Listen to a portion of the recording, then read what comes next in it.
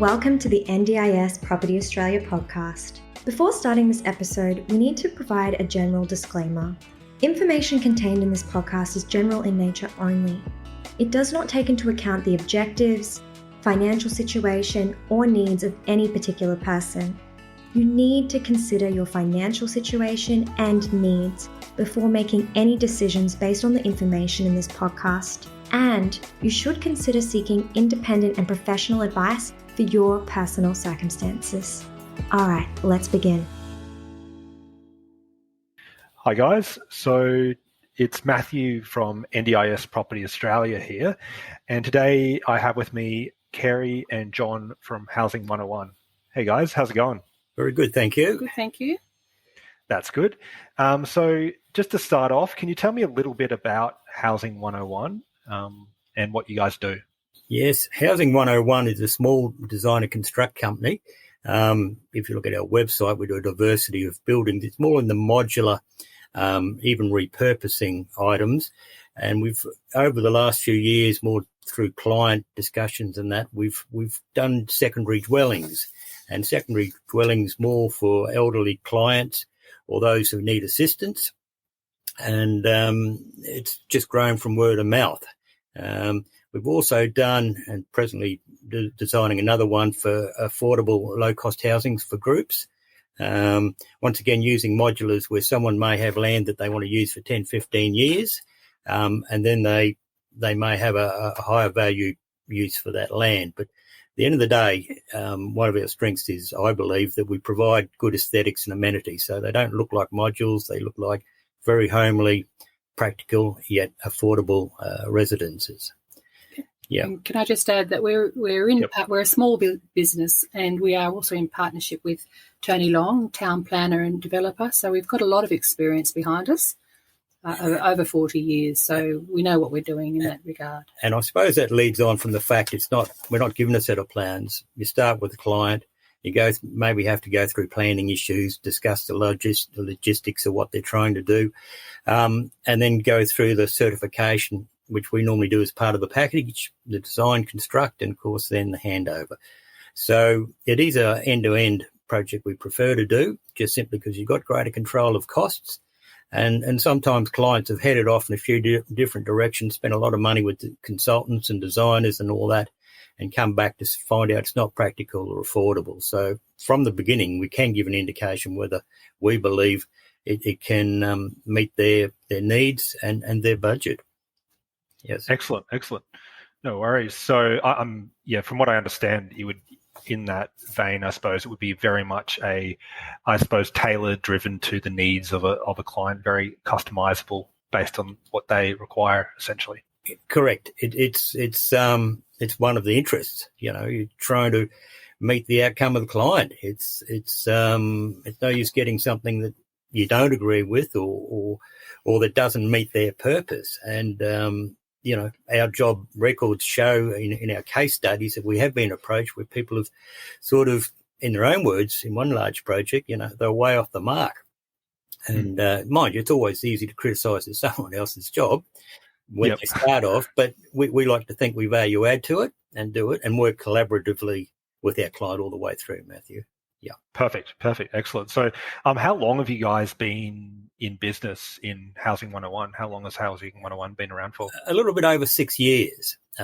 We've worked together with Tony Long and people who work with us for a much longer period. But you'll see prior to that, a lot of our stuff was more commercial work, more in large village camp type operations. And we just saw a need talking to clients to specialise in a more what we saw niche market, but one that there was certainly a need, and that's where we steered. We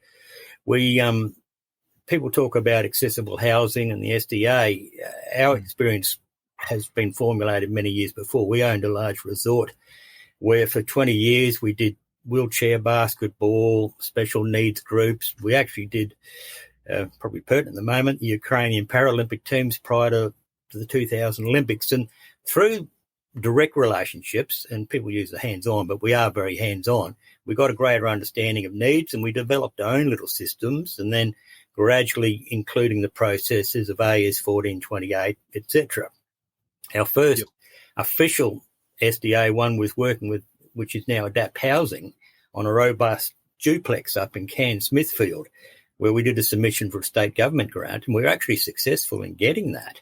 And then, awesome. as governments then do, after we landed everything else, there is a change in direction. But it was a fairly, I think it was about 4 lever-arch files, but it certainly was a saturation into all the needs, the various categories of SDA, and especially robust for not only for the type and style of building, but for how it can facilitate their independence and the participants' homeliness too. So it doesn't look like an institutionalised facility is probably the word. So Yep.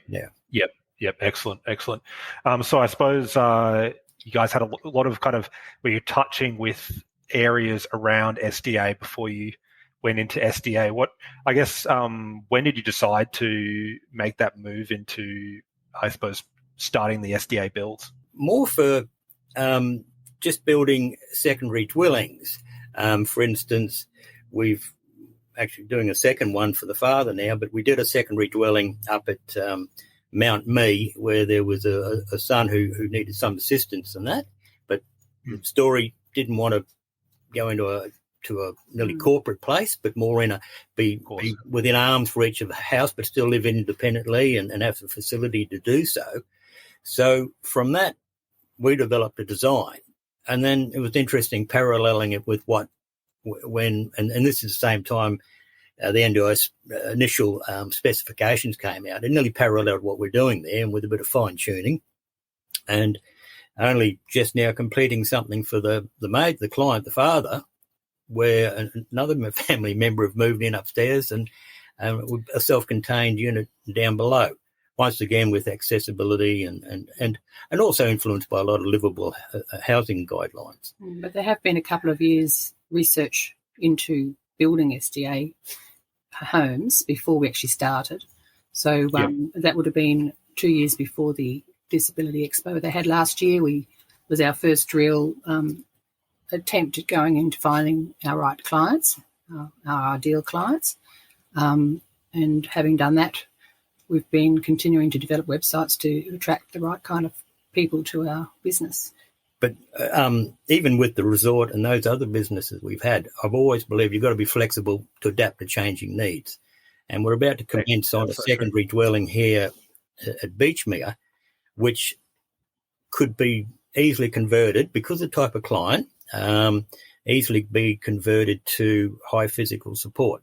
It's got all the room sizes, it's got the ramp, the motorised wheelchair can go up and down. It is actually compliant, but being an elderly person, she doesn't have the SDA participant facilities, but she has the same needs. So, yeah, true. So even if it's no use for her, it can then be adapted, and that's the way we look at it, that you've got to be flexible and do. So I believe our knowledge, and especially early critique when it came out, and follow the evolution of how there's been positives and negatives.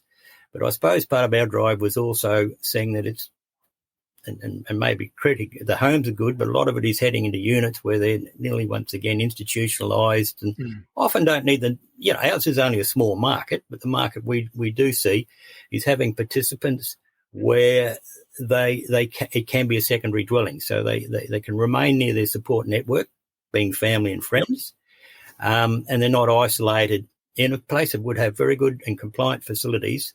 But it's always the little things that make it more livable and homely and that arrangement.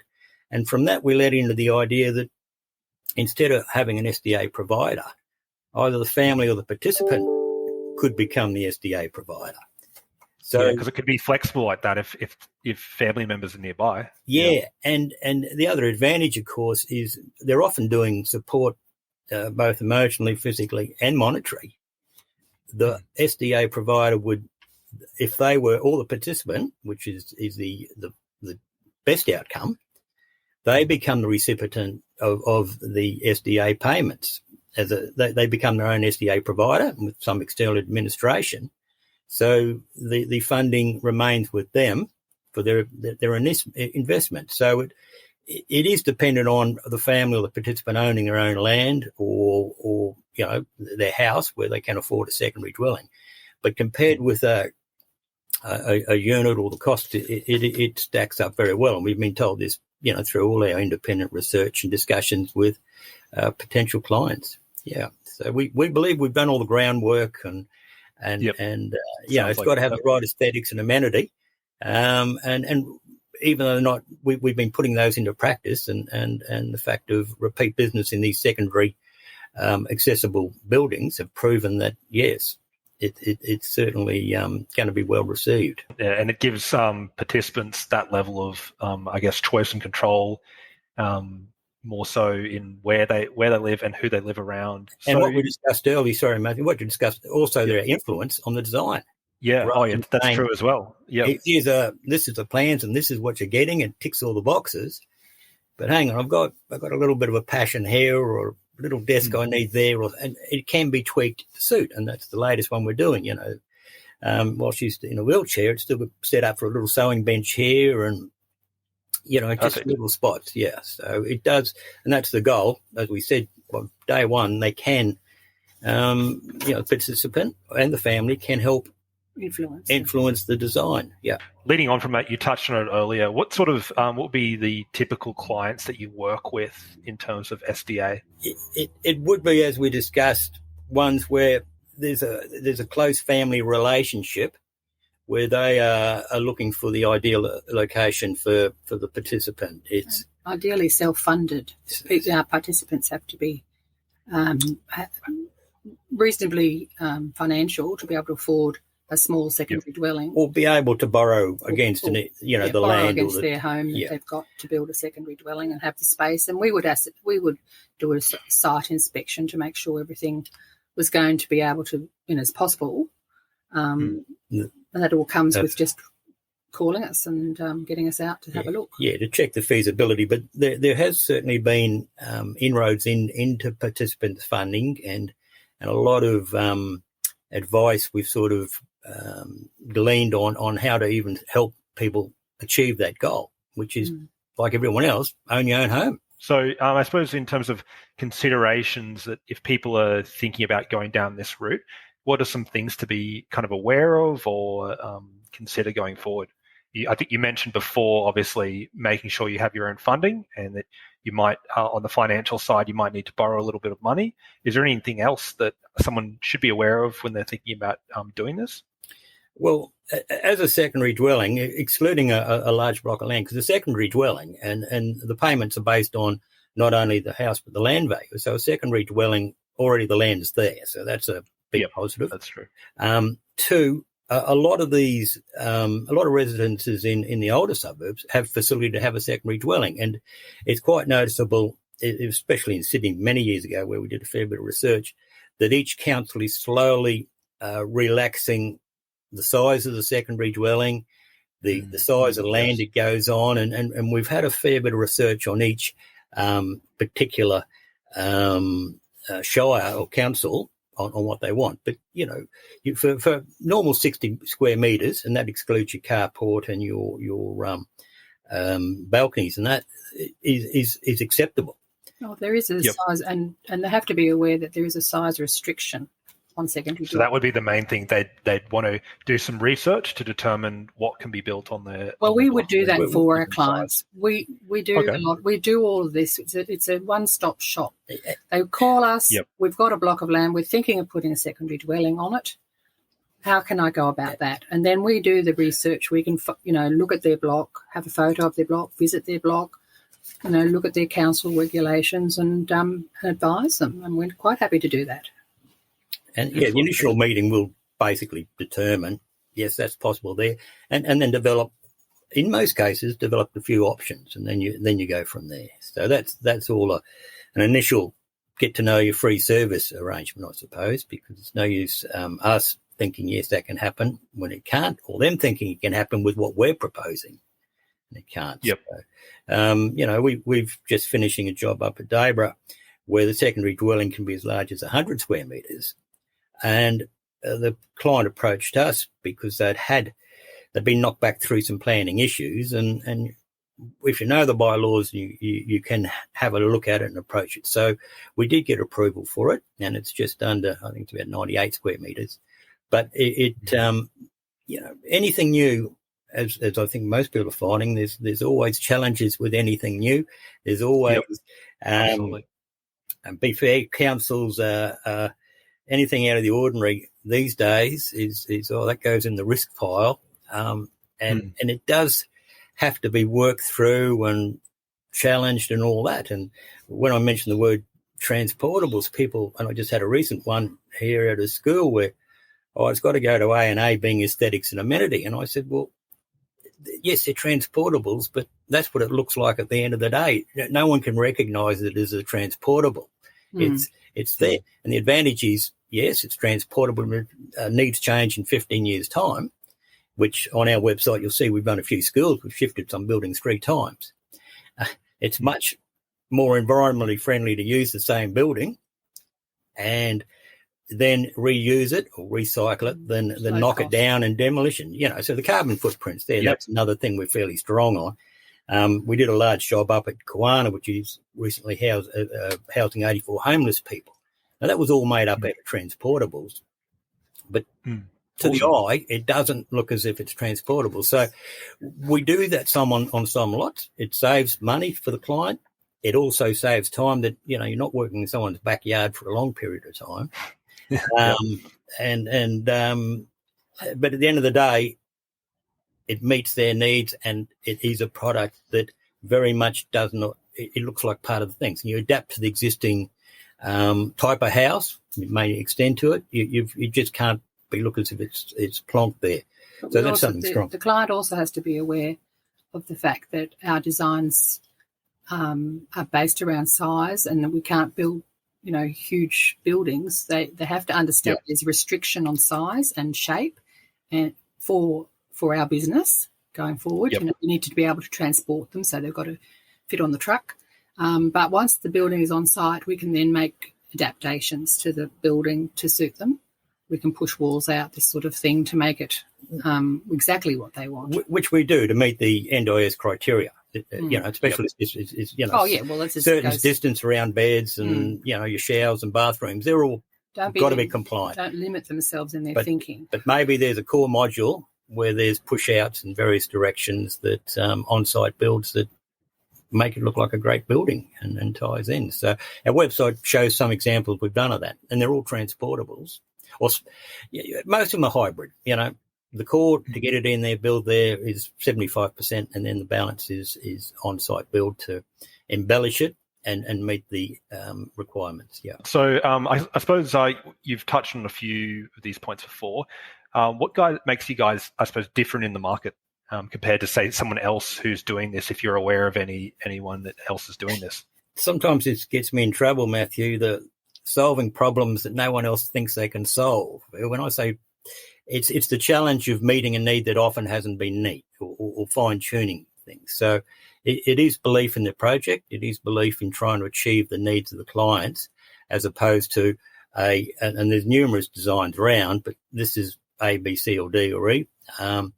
It is personalising it and getting to know the client, taking them on the journey.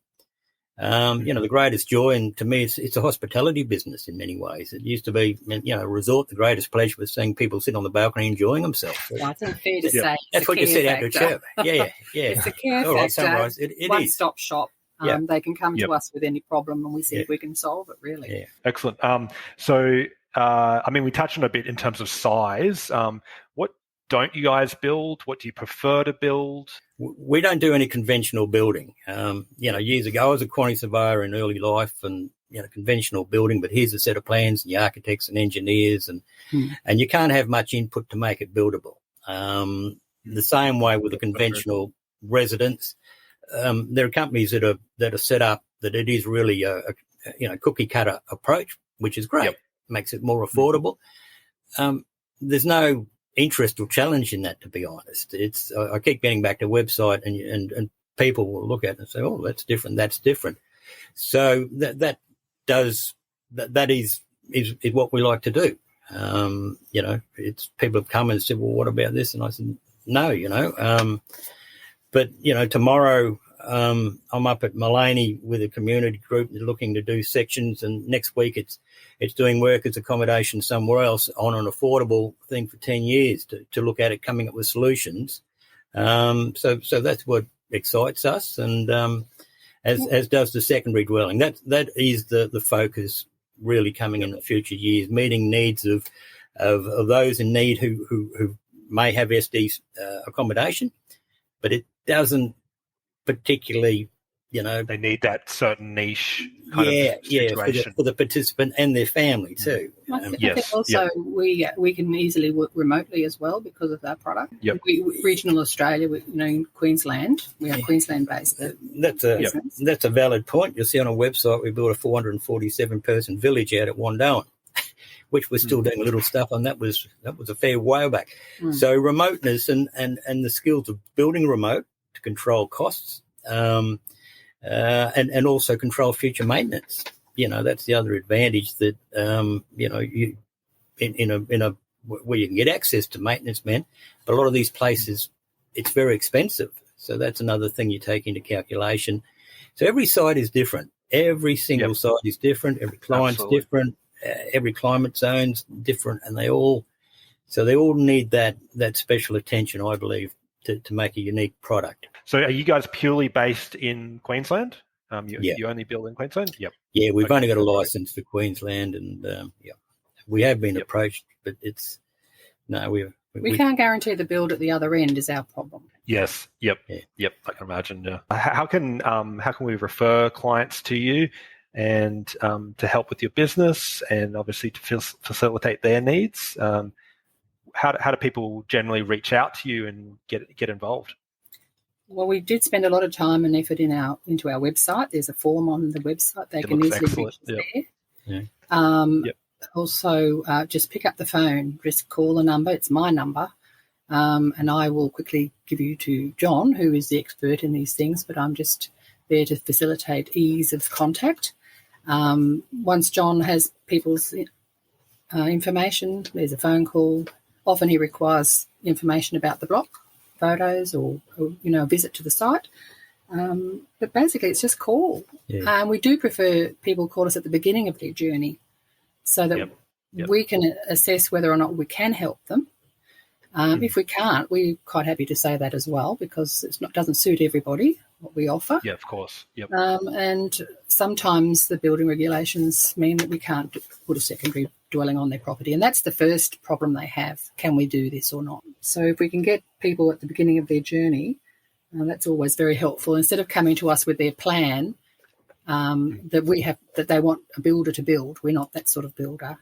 We're the builder who listens to the client and gives them the solution that is also affordable, and that's how we differ. We don't disregard their plan if they've spent a lot of time getting it right. And the one at Beachmere is a classical example. We got all the in-family computer stuff and isometrics and perspectives and you name it, and dedicately went through that, that may suit now, but that won't suit 2 years' time and all this, and here's a much more affordable solution and all that. And they'd actually been to other builders and got prices and sort of. So our up to date has just been word of mouth. Someone said, go and have a chat to them, and that's how it came about. So it's certainly, you don't throw out, if there's been a lot of plan and thoughts that someone liked, it's on the right track. Put them into our building. But and you're trying to adapt. But if it's just a conventional, be honest, bricks and mortar operation, a conventional builder where they can just follow the instructions is more suited to it and really not of our interest as such. Well, thanks so much to you guys for joining me and sharing with me a little bit more about Housing 101. So if people are interested, they can go on your website, give you guys a call. Thanks guys for listening in, we'll see you next time on the next episode. All right. Thanks. Thank you. Appreciate your interest. Matthew. Thanks, guys, for tuning in. To learn more about Housing 101, please visit the link in the description. If you have any other topics you would like us to cover, please email us. Thanks. Bye. We hope you enjoyed this episode. Please make sure that you are subscribed and following us so that you can keep in the loop with all of our upcoming episodes. We would really appreciate it if you could leave us a 5-star rating, a written review, and to share this episode with those that can benefit. Until next time, catch you on the next episode.